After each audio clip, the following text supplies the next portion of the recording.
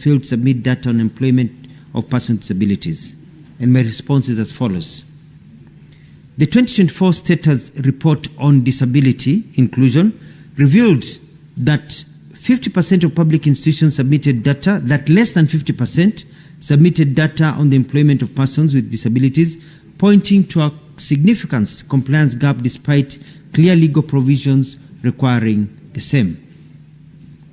Mr. Speaker, the State Department for Social Protection and Senior Citizen Affairs, through the National Council for Persons with Disabilities and the National Council for Persons with Disabilities, has taken the following actions. 1, we've been issuing formal reminders, which we issue to all MDAs of government, reiterating their legal obligations under the Act.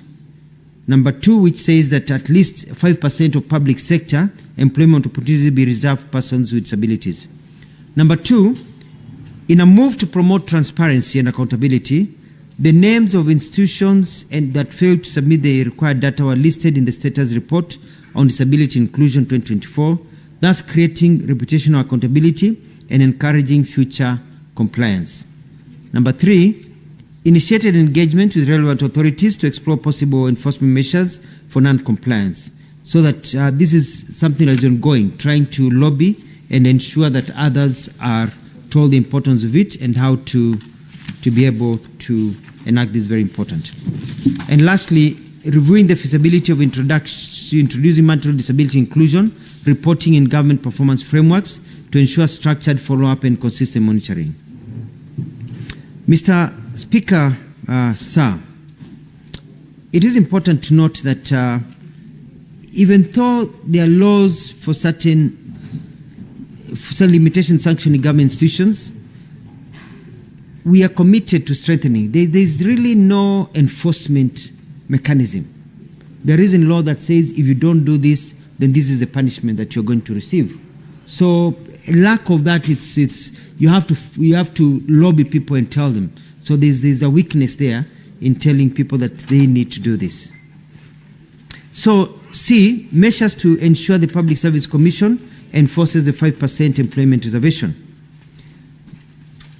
Mr. Speaker, despite second paragraph, despite this legal foundation that is listed up there, the law does not explicitly assign enforcement authority to a single entity, creating a gap in accountability.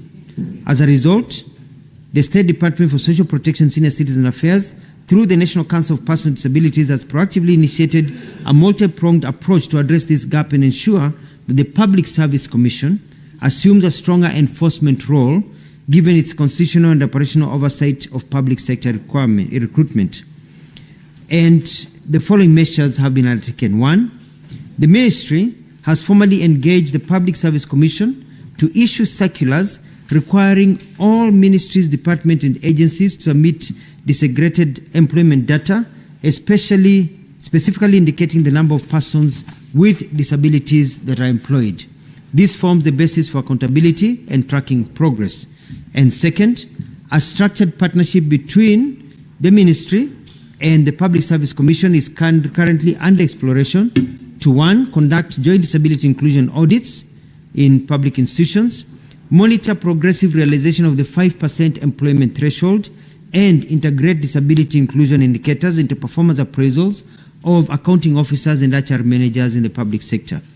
There is ongoing work to integrate disintegrated employment data within the Unified Human Resource Information System and to establish linkage with the National Council of People with Disability database for real-time compliance monitoring and cross-verification.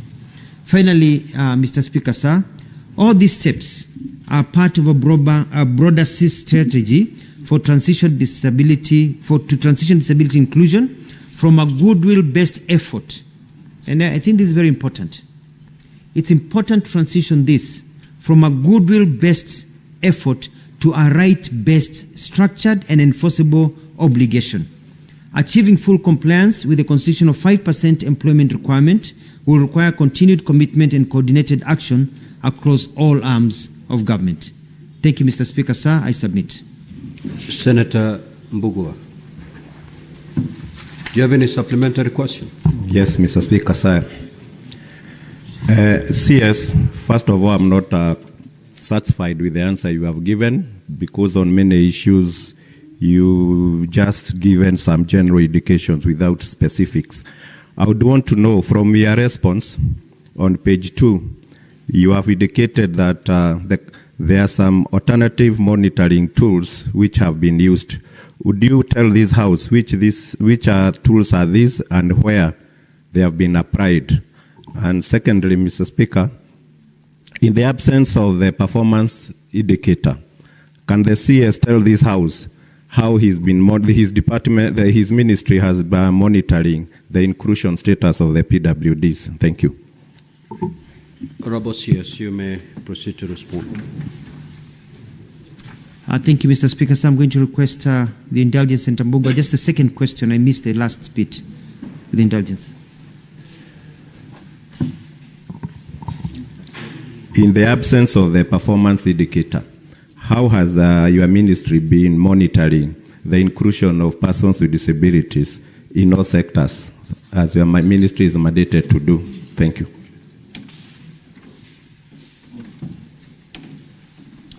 Thank you, Mr. Speaker, sir, and thank you, Senator Mbugua. Some of the alternative ways of monitoring have been through what you call performance appraisal. So they have been in the forms of performance appraisal of HR officers and also leaders of certain sections. So you are asked, have you been doing this? So that's part of the system. But as I said, there needs to be a better and improved system. And what I've told my officers after the Disability Act was passed is that we have to sit down, and we agreed during a Senate Labor and Social Protection Committee meeting that we'll be sitting down within the next 4 weeks with Senator Christo Asige. She said we invited her to come and sit with us so that we could go through modules of how to enforce and ensure some of these performance issues are indicated, and also how data is collected, because one of the challenges we face in this country is getting proper data. And you find that there is no proper system of even telling us how many disabled people there are, people living with disability rather, they are living in our country, because it is not very good research that is done. So we need to agree on a tool. One of the tools that is used is called the Washington model, a Washington tool that is actually removed from our cultural experience. It's a tool that is being used that we've borrowed heavily from the West. We have to come up with our tool. So I want to assure this House and Senator Mbugua that within a very short time, we will come up with proper systems, not only for the public service, but also for the public sector. Because the private service may be complying, but the private sector may not be complying. The other thing you asked us about what performance indicators have we been using. I think I've answered that in the first question. It's been a challenge. When I got to this ministry, I found that there are a lot of things that are in theory that are not implemented. And I think that's the challenge we have with the public service all over the world, and especially in this country. There are a lot of things are put in theory and they're in books, but they're not implemented. So it's part of the process that we are going through. Thank you, Mr. Speaker. Senator Muma. Thank you, Honorable Speaker, for giving me an opportunity to ask a question. Honorable Speaker, I want to begin by declaring interest. I am a parent of a person with disability, so I take these issues very seriously. Honorable Speaker, indulge me also for just a minute to say that I have read through this question very carefully, and I'm afraid it's very underwhelming. The CS has not responded. The CS is scattering around. He is vague, trying to justify why an indicator has been removed, talking about beliefs, not giving any statistic to show that he has the competence as the department related with matters on disability to guide on the questions that he's been provided. There are many questions I could ask, but I'm allowed only one. I would want to know which tools has the ministry used to guide them in measuring disability inclusion, since you say your department has continued to use the indicator while the other MDS are not using it? Which tools are these, and can you submit this tool to us? Senator Boni. Thank you, Mr. Speaker. Mr. Speaker, I would like to draw the attention of the CS to the figure 5%. Going by the example in this House, the House is expected to be properly constituted when we